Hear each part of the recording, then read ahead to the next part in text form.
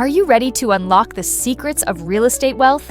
Welcome to our 3-part real estate investment series. Over the next few weeks, I'll guide you through proven strategies to grow your money with property. Today, we're starting with rental properties, discovering how they generate cash flow and how to measure success using return on investment, or ROI. This global guide applies wherever you are, so let's dive in. So, what exactly is ROI in real estate? Think of it as your scorecard for how much profit a rental property earns compared to your overall investment. We're not just talking about rent minus a mortgage. This includes maintenance, property taxes, management fees, and even furniture depreciation if the unit is furnished. Whether you're using rental income to cover everyday expenses, fund a dream lifestyle, or pay off a loan, knowing your ROI tells you if the investment is worth it. Let's break it down further. Now, let's explore the different types of rental properties and how they shape your ROI. There are 4 main categories, each with its own mix of costs and returns. First up are unfurnished units. These are basic properties. No furniture is provided, so tenants bring their own belongings. The benefit here is a lower initial investment and minimal upkeep costs, which means steady, long-term income even if the rent isn't as high. Then, there are partly furnished units. In these, you provide a few essentials like a bed, sofa, or fridge.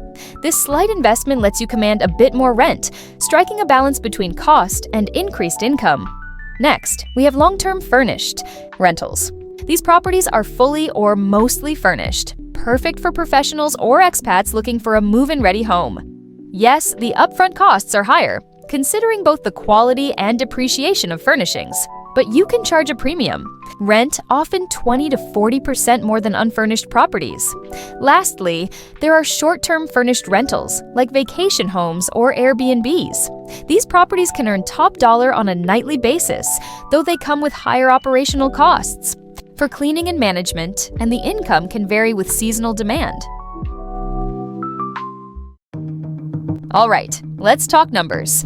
The foundation of analyzing a rental property is its net operating income, or NOI. Think of NOI as the money you actually keep from rent after covering all operating expenses, like property taxes, maintenance, and management fees. But before, your mortgage or income taxes come into play.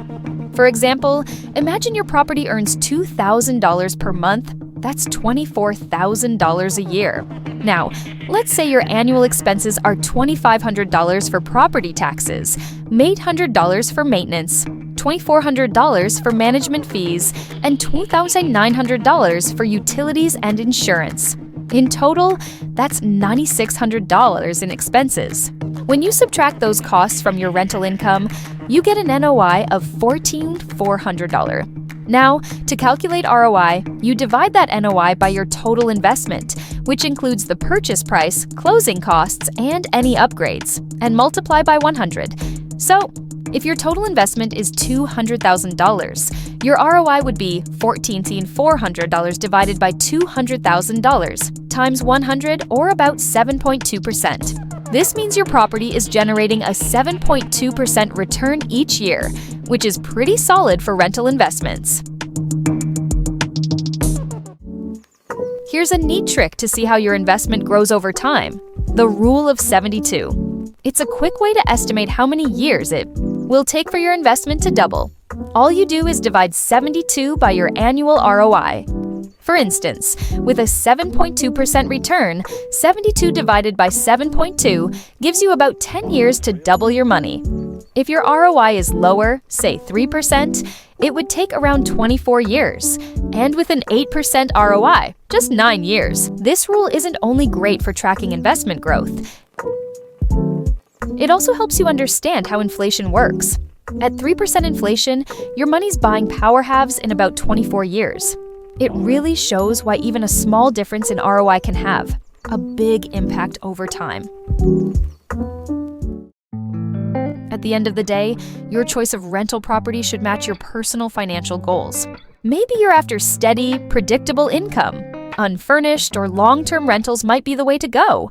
Or perhaps you're excited about the potential for higher returns, and short-term rentals could really boost your cash flow, even though they require a bit more work.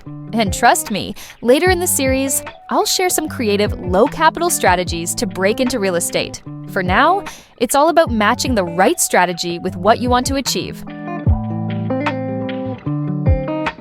And remember, this is just the beginning. In our next video, we're going to dive into capital gains, discovering how property appreciation can really turbocharge your investment portfolio. Then, in our final installment, I'll reveal some clever, low-capital strategies to help you enter real estate without needing a huge upfront investment. Trust me, you won't want to miss those secrets. If you enjoyed this deep dive into rental ROI, please give this video a like and subscribe for more insider real estate tips. Don't forget to click the bell icon so you never miss our next episode on capital gains. And drop a comment below, telling me which type of rental excites you the most. Thanks for watching, and let's build wealth together.